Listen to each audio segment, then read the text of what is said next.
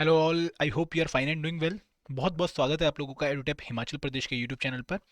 इस वीडियो में हम बात करेंगे हिस्ट्री के एक बहुत ही इंपॉर्टेंट टॉपिक की, ब्रह्म समाज की। ठीक है, इसको एक बहुत ही इंपॉर्टेंट टॉपिक इसलिए माना जाता है क्योंकि यहाँ से ही हम शुरुआत देखते हैं इंडिया में सोशियो रिलीजियस रिफॉर्म्स की। तो आज के इस लेक्चर में हमारी कोशिश रहेगी कि हम ब्रह्म समाज के सारे एस्पेक्ट्स कवर करें और इसके साथ साथ हम कुछ 4 क्वेश्चंस को भी डिस्कस करेंगे, जिससे हमारा ये पूरा टॉपिक कंप्लीट हो जाएगा। ठीक है। लेक्चर शुरू करने से पहले मैं आपको बता दूं कि अगर आपने अभी तक हमारे YouTube चैनल सब्सक्राइब नहीं किया है तो आपको हमारा YouTube चैनल सब्सक्राइब करना चाहिए और हमारे टेलीग्राम चैनल भी ज्वाइन करना चाहिए, जिसका लिंक डिस्क्रिप्शन बॉक्स में दिया गया है।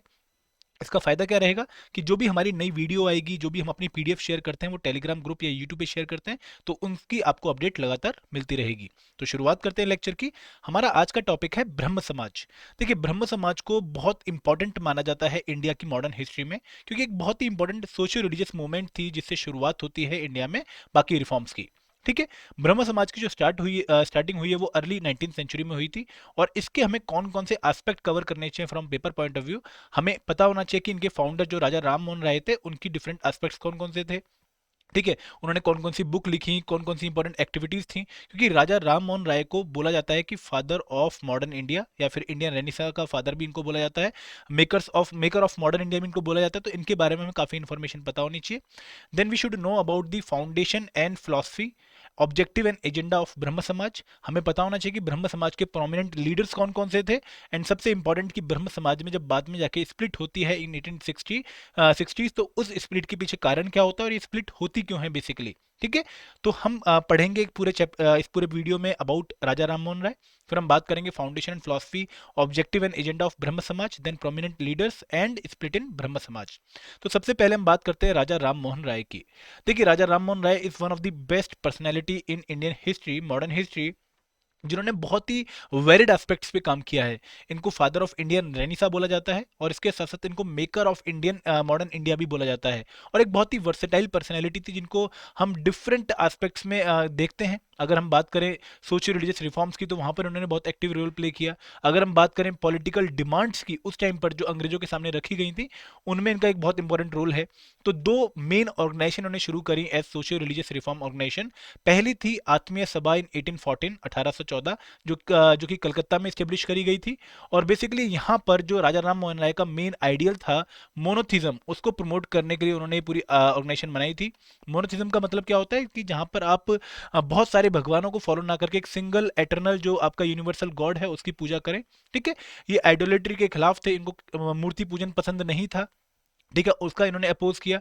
और ये चाहते थे कि आदमी रैशनल रहे, साइंटिफिक आउटलुक रखे, ह्यूमन डिग्निटी को इंश्योर करे और उसके साथ साथ सोशल इक्वलिटी को मेंटेन करे। ठीक है। तो आत्मीय सभा बनाने के बाद 1814 में इनको एक और ऑर्गेनाइजेशन बनाने की जरूरत पड़ी, वो 1828 में इन्होंने बनाई ब्रह्मो सभा। देखिए, याद रखिए कि स्टार्टिंग में जब ऑर्गेनाइजेशन बनी थी उसका नाम था ब्रह्मो सभा, जिसको बाद में चेंज करके 1828 में ही ब्रह्म समाज रख दिया गया। ठीक है। ये ऑर्गेनाइजेशन आपकी 1828 में बनी थी और आत्मीय सभा आपकी 1814 में बनी थी, और दोनों ही ऑर्गेनाइजेशन आपकी कलकत्ता में बनाई गई थी। अगर हम बात करें राजा राम मोहन राय के जर्नल्स एंड लिटरेरी वर्क की, तो इन्होंने सबसे मेन काम क्या किया कि इन्होंने वेदास खुद पढ़े पहले और फिर उनको बंगाली में ट्रांसलेट किया। और उपनिषद को 5 उपनिषद थे जिनको इन्होंने बंगाली में ट्रांसलेट किया। और ये बताना चाहते थे कि देखो, उपनिषद एंड वेदा भी जो है वो मोनोथिज्म को प्रमोट करते हैं। फिर उन्होंने एक बंगाली की ग्रामर बुक लिखी। फिर इनकी एक बुक आई gift to monotheist, Tuhfat ul Muwahhidin, जो कि काफी इंपॉर्टेंट बुक मानी जाती है 1809 में।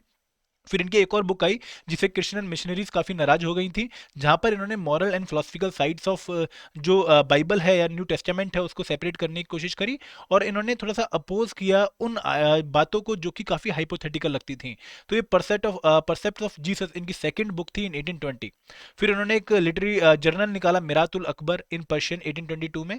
और एक और इनकी जो मेन डिस्कशन पेपर था वो था मंजरतुल अद्यान। ठीक है। जहां पर इन्होंने डिफरेंट रिलीजन्स की डिस्कशन करी थी, लेकिन अगेन पर्शियन लैंग्वेज में।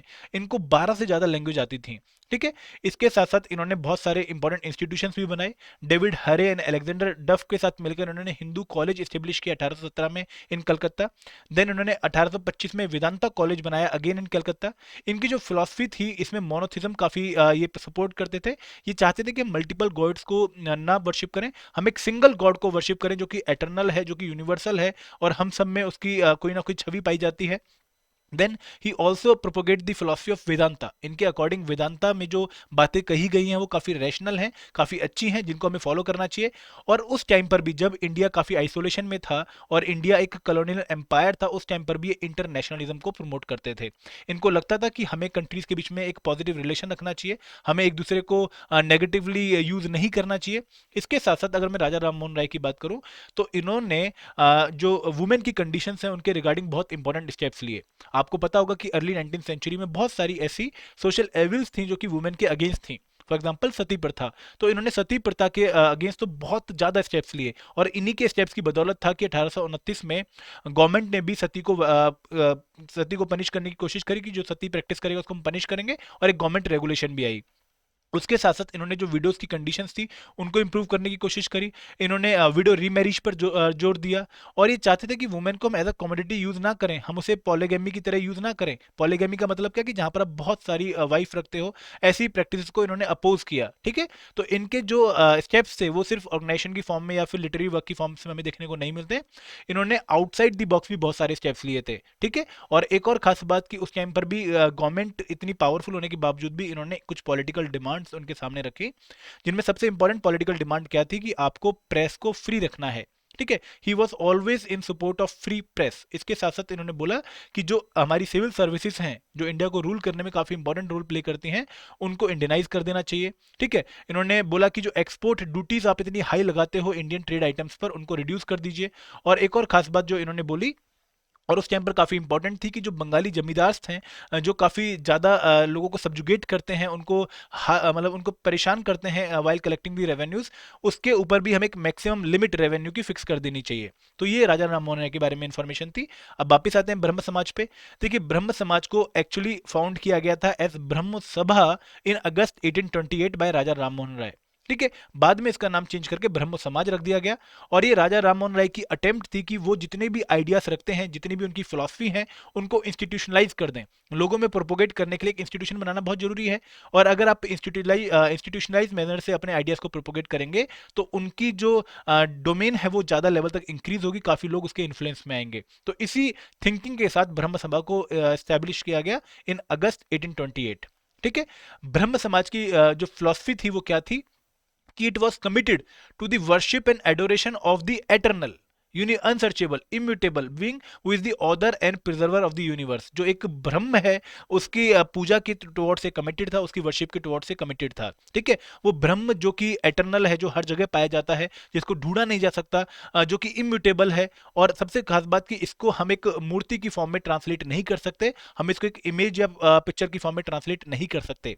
ठीक है, इन्होंने क्या बोला कि अगर हम इस एटर्नल गॉड की वर्शिप करना चाहते हैं तो हमें प्रेयर करनी चाहिए, हमें मेडिटेशन करना चाहिए, हमें उपनिषद को पढ़ना चाहिए, ना कि हमें एक मूर्ति के सामने रिचुअल्स परफॉर्म करने चाहिए। ठीक है, ये हमेशा से ही जो आपका ब्रह्म समाज था या राजा राममोहन राय थे, ये मीनिंगलेस रिचुअल्स के खिलाफ थे और आइडोलेट्री जो कि मूर्ति पूजन है उसको ये अपोज करते थे। इन्होंने बोला कि जो वेदांता की फिलॉसफी है जो कि रीजन के ऊपर बेस्ड है और जो कहती है कि हमें रीजन, साइंटिफिक आउटलुक, रैशनलिज्म इसको फॉलो करना चाहिए, तो वो इन्होंने प्रमोट किया through the organisation of Brahmo समाज। ठीक है, अगर मैं ऑब्जेक्टिव एंड एजेंडा की बात करूं ब्रह्म समाज के, तो ब्रह्म समाज का मेन एम क्या था कि जो हिंदुइज्म है, जो कि over the period of time काफ़ी डिस्टर्ब हो चुका है, काफ़ी उसमें गंदी प्रैक्टिसेस आ चुकी हैं। ठीक है, काफ़ी अनप्योर हो चुका है, उसको प्यूरिफाई करें। और जो मोनोथिज्म है, मोनोथिज्म मतलब कि जहां पर हम सिंगल गॉड को प्रैक्टिस करते हैं, उसकी वर्शिप करते हैं, उसको हम प्रीच करें। ठीक है, और उन्होंने बोला कि इन दोनों के पीछे जो हमारे ट्विन पिलर्स होंगे जो हमें फॉलो करने हैं while purifying Hinduism and to preach monotheism, वो क्या होंगे हमारे दो पिलर। एक तो रीजन, कि हर चीज के पीछे हमें रीजन देखना है, लॉजिक देखना है, और दूसरी बात कि हमें वेदास एंड उपनिषद को फॉलो करना है। ठीक है, देखिए कहीं भी ब्रह्म समाज का एम ये नहीं था कि हमें एक नया रिलीजन बनाना है, ये कभी भी नया रिलीजन बनाना नहीं चाहते थे। ये हिंदू को, जो हिंदू रिलीजन है उसी को ही प्यूरिफाई करना चाहते थे, जो उनमें over the period of time evil practices आ चुकी थी उनको दूर करना चाहते थे। ठीक है, और एक और खास बात जो ब्रह्म समाज की काफ़ी इंटरेस्टिंग थी वो ये थी कि अगर इन्होंने हिंदुज्म को प्यूरिफाई करने की सोची, तो इसमें ये भी चाहते थे कि अगर किसी और रिलीजन में कोई अच्छी प्रैक्टिस है, कोई अच्छी टीचिंग है, तो उसको भी हमें फॉलो करना चाहिए। और हमेशा से ही इनका ध्यान कहाँ पर था कि हमें ह्यूमन डिग्निटी, आइडोलिट्री और जो सोशल इक्वलिटी है उसको प्रमोट करना है। ठीक है, ये था कुछ information regarding foundation, philosophy and objective and agenda of Brahmo समाज। अब बात करते हैं प्रोमिनेंट लीडर्स की। राजा राम मोहन राय की हम बात कर चुके हैं। एक और बहुत प्रोमिनेंट लीडर जो कि जुड़ते हैं 1840s में विद द ब्रह्म समाज, वो थे देवेंद्र नाथ टैगोर। देखिए देवेंद्र नाथ टैगोर जो थे, उन्होंने पहले ही ऑलरेडी 1839 में तत्व बोधिनी सभा शुरू कर ली थी, और इनकी एक पत्रिका आती थी तत्व बोधिनी पत्रिका, जिसका मेन एम क्या था कि इंडिया के पास्ट को हम दोबारा से स्टडी करें, लेकिन रैशनल आउटलुक के साथ। देखिए अभी तक क्या होता है कि हम ये मान के चलते हैं कि जो भी वेदों में लिखा है वो सही है, लेकिन इनकी अप्रोच क्या थी कि आप उसको रैशनली चेक करिए कि वो जो चीज लिखी है क्या वो सच में सही है। आप उस पर थॉट प्रोसेस जनरेट करिए, रीजन दीजिए, लॉजिक दीजिए, उसके बाद उसको अपनाइए। और कहीं ना कहीं इनके आइडियाज भी राम मोहन राय के जो आइडियाज थे उनसे मैच करते थे, तो उन्होंने उसको भी प्रोपोगेट किया।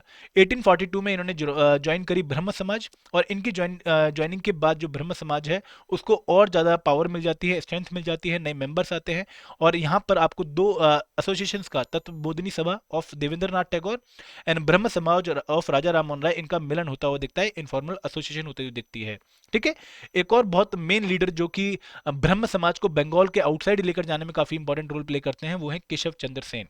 ठीक है, केशव चंद्र सेन को आचार्य बनाया गया देवेंद्र नाथ टैगोर के द्वारा जब उन्होंने ब्रह्म समाज ज्वाइन किया इन 1858। सेन बहुत ही एक पावरफुल पर्सनैलिटी थे उस टाइम पर बंगाल में, और इन्होंने क्या किया कि जो आपकी ब्रह्म समाज मूवमेंट है उसको पॉपुलराइज किया आउटसाइड दी बंगाल। इन्होंने प्रार्थना समाज बनाने में हेल्प करी इन महाराष्ट्र, यूनाइटेड प्रोविंस में ये गए, पंजाब में गए, बॉम्बे में गए, मद्रास में गए, जहां पर इन्होंने जो ब्रह्म समाज के फिलोसफीज थी उसको प्रोपेगेट करने में हेल्प करी। लेकिन होता क्या है कि धीरे धीरे इनके और देवेंद्र नाथ टैगोर के बीच में थोड़ी थोड़ी प्रॉब्लम्स आनी शुरू हो जाती हैं। देवेंद्र नाथ टैगोर को इनके जो आइडियाज हैं वो काफी रेडिकल लगते हैं, और खासकर जो ये कास्ट में इंटरकास्ट मैरिज को सपोर्ट करते हैं, बाकी रिलीजन से टीचिंग इनकॉर्पोरेट करने की बात करते हैं, वो कहीं ना कहीं देवेंद्र नाथ टैगोर को भाती नहीं है। तो यहाँ पर इसके बाद हमें स्प्लिट देखने को मिलती है। ठीक है, तो दो स्प्लिट बेसिकली ब्रह्म समाज में होती हैं।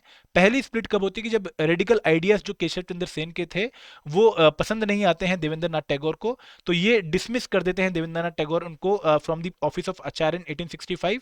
और इसके बाद जो केशव चंद्र सेन है ये अपने फॉलोअर्स के साथ मिलकर ब्रह्म समाज ऑफ इंडिया बनाते हैं। ब्रह्म समाज ऑफ इंडिया, याद रख लीजिए नाम, और इसको नया विधान के नाम से भी जाना जाता है, नव विधान के नाम से भी जाना जाता है, ब्रह्म समाज ऑफ इंडिया इन 1868।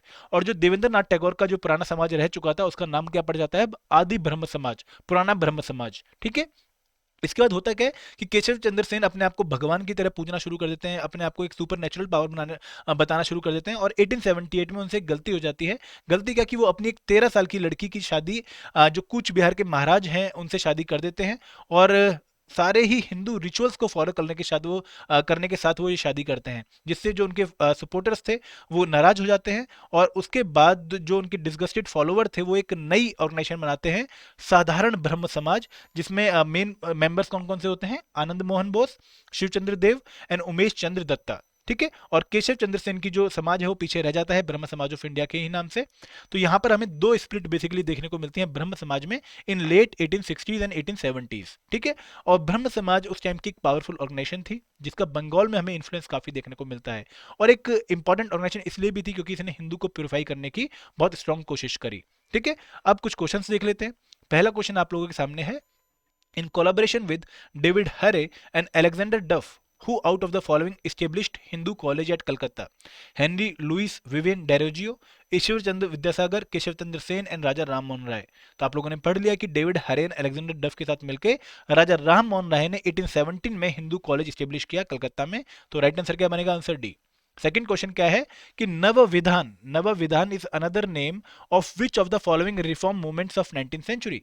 ब्रह्म समाज, आदि ब्रह्म समाज, ब्रह्म समाज ऑफ इंडिया, या साधारण ब्रह्म समाज? तो आपने पढ़ा है कि ब्रह्म समाज ऑफ इंडिया जो कि केशव चंद्र सेन ने 1866 में बनाया था, इसका नाम क्या था, इसका नाम था नव विधान भी। ठीक है, अगला क्वेश्चन देखते हैं, question number 3। Which of the following statement is are correct regarding Brahmo Samaj? It opposed idolatry, मूर्ति पूजा, it denied the need of a priestly class in for interpreting the religious text, it popularized the doctrine that Vedas are infallible, select the correct answer using the code given below। देखिए बिल्कुल सही बात है कि जो ब्रह्म समाज है इसने मूर्ति पूजा को अपोज किया था। इसके साथ साथ ये कहते थे कि जो मेडिटेशन है, ठीक है, और जो हम वेदास को पढ़ें यही हमारा एक तरीका रहेगा to worship the God. Eternal God. तो इन्होंने कहीं भी ये नहीं बोला कि प्रिस्टली क्लास को हमें जरूरत है प्रिस्टली क्लास की रिलीजियस टेक्स्ट को इंटरप्रेट करने के लिए, ऐसा इन्होंने कहीं भी नहीं बोला। इन्होंने डिनाई किया इस चीज को, तो सेकंड स्टेटमेंट भी करेक्ट है। और जो स्टेटमेंट है डॉक्ट्राइन है वेदास आर इनफॉलिबल, वो इनकी स्टेटमेंट नहीं है, ये स्टेटमेंट बाद में आती है जब दयानंद सरस्वती जी आते हैं। तो यहाँ पर जो करेक्ट आंसर बनेगा, हमारा आंसर बनेगा बी, 1 और 2 ओनली। ठीक है, आज का लास्ट क्वेश्चन देखते हैं। Consider the following, Devendra Nath Tagore, Raja Ram Mohan Roy, Keshav Chandra Sen, which among the above was were members of the Brahmo Samaj. तो आप लोगों को पता है कि तीनों ही मेंबर थे। देखिए ऐसे क्वेश्चंस मैंने आप लोगों के सामने क्यों पेश किए हैं, क्योंकि ऐसे ही 4 टाइप के क्वेश्चन आपको पेपर में भी देखने को मिलते हैं। तो काफी इंपॉर्टेंट है ये लेक्चर आप लोगों के लिए। This is all from my side friends, thank you very much. जय हिंद, जय भारत।